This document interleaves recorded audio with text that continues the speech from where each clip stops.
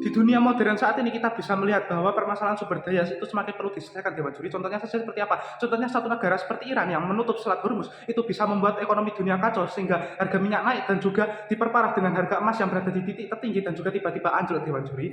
Kenapa ini bisa terjadi? Karena ini adanya konflik Amerika dengan Iran yang membuat permasalahan ini semakin rumit Dewan Juri, dan permasalahan sumber daya ini perlu diselesaikan Dewan Juri. Lanjut kita masuk ke bagian status quo Dewan Juri, di mana kita bisa melihat bahwa sumber daya alam itu semakin menipis, tetapi di sisi lain populasi manusia itu semakin bertambah Dewan Juri. Kenapa ini terjadi? Karena pada dasarnya sumber daya alam menipis ini dikarenakan masifnya pengerukan oleh manusia, di mana banyak yang mengatasnamakan bisnis dan juga mengatasnamakan komersial ataupun atas kepentingan politik Dewan Juri. Contohnya seperti apa? Seperti ada ribuan tambang ilegal yang digunakan untuk keperluan bisnis.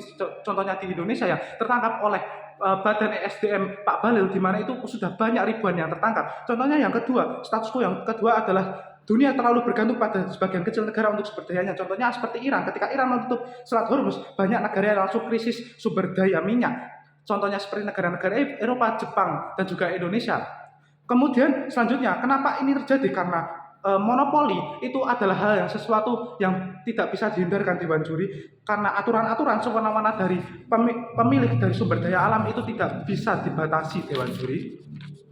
Masuk ke bagian karakterisasi, kita bisa melihat bahwa pada dasarnya pemerintah itu memiliki kepentingan, yaitu yang pertama adalah menghidupi rakyatnya sendiri, kemudian yang kedua adalah memperkaya negaranya dari keuntungan sumber daya yang ia miliki. Kenapa? Pada dasarnya negara itu memiliki kewajiban untuk memenuhi hak-hak rakyatnya. Kemudian masuki karakterisasi yang kedua, di mana kita memasuki dari karakterisasi sumber daya agen sumber daya internasional. Kita bisa melihat bahwa agensi internasional memiliki kepentingan yang baik untuk umat manusia. Yang pertama adalah mengurangi risiko kelangkaan sumber daya alam dan juga konflik perdagangan itu akan berkurang. Kemudian yang kedua adalah penggunaan sumber daya alam yang lebih efektif dan juga berkelanjutan. Kenapa mereka melakukan itu? Karena pada dasarnya mereka menginginkan pengurangan risiko konflik dan juga kelangkaan sumber daya alam akibat kekurangan sumber daya alam.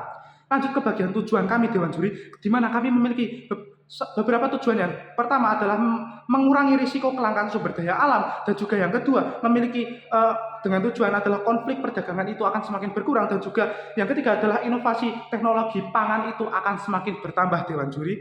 Bagaimana caranya? Kami sudah membangun yang namanya adalah mekanisme, dengan cara yang pertama adalah kita membuat kebijakan bahwa setiap negara atau pemerintah itu harus memiliki kewajiban untuk tetap menjaga dan juga mengatur sumber daya alam tersebut dengan baik Dewan Juri, di mana juga ini dibantu dengan agen sumber daya internasional Dewan Juri. Kemudian yang kedua, mekanisme yang kedua adalah membuat kebijakan bahwa negara juga berhak melakukan perdagangan sumber daya. Pentingnya untuk ke negara lain dengan kepentingan bisnis, tetapi secara terbatas dan juga tetap profit Dewan Juri.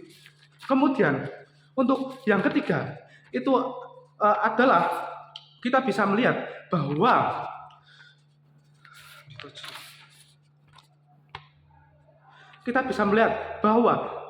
mekanisme yang ketiga adalah dengan mengutus perwakilan dari negara-negara maju untuk melatih negara yang berkembang atau tertinggal untuk pengelolaan sumber daya alamnya Dewan Juri. Kemudian yang keempat, mekanisme yang keempat adalah dengan pemilihan anggota yang transparan dan juga dari negara-negara yang netral Dewan Juri.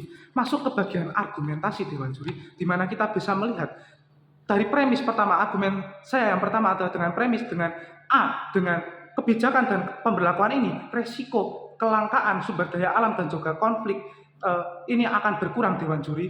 Dengan yang kedua, kenapa hal ini bisa terjadi? Karena pada dasarnya kebijakan dan pemberlakuan ini tidak mengekang pihak manapun, serta kebijakan ini adalah kebijakan bersama secara jangka panjang Dewan Juri. Dampaknya apa? Resiko. Yang pertama adalah resiko kelangkaan sumber daya alam itu semakin berkurang. Kemudian yang kedua adalah konflik perdagangan itu akan semakin berkurang. Kemudian yang ketiga adalah inovasi teknologi pangan itu akan semakin bertambah, di mana ini akan bermanfaat sangat-sangat baik untuk jangka panjangnya Dewan Juri. Memang mungkin dari perbandingan kita mungkin tim kontra akan mengatakan bagaimana jika banyak negara yang tidak setuju dengan mekanisme ini. Memang mungkin banyak negara yang tidak akan setuju, tetapi dengan mekanisme yang kami ajukan dan juga dengan dampak jangka panjang yang akan kami ajukan, secara probabilitas ini akan sama dengan seperti PBB. Mungkin awalnya negara-negara banyak yang tidak ingin masuk PBB, tetapi karena membutuhkan, pada akhirnya banyak negara juga yang memasuk PBB dengan atas nama kepentingan bersama. Di mana pada kebijakan ini, pada akhirnya kedua belah pihak tidak saling tertekan, karena pada dasarnya ini berada pada atas asas tujuan bersama. Maka dari itu Dewan Juri bangga menjadi proposisi.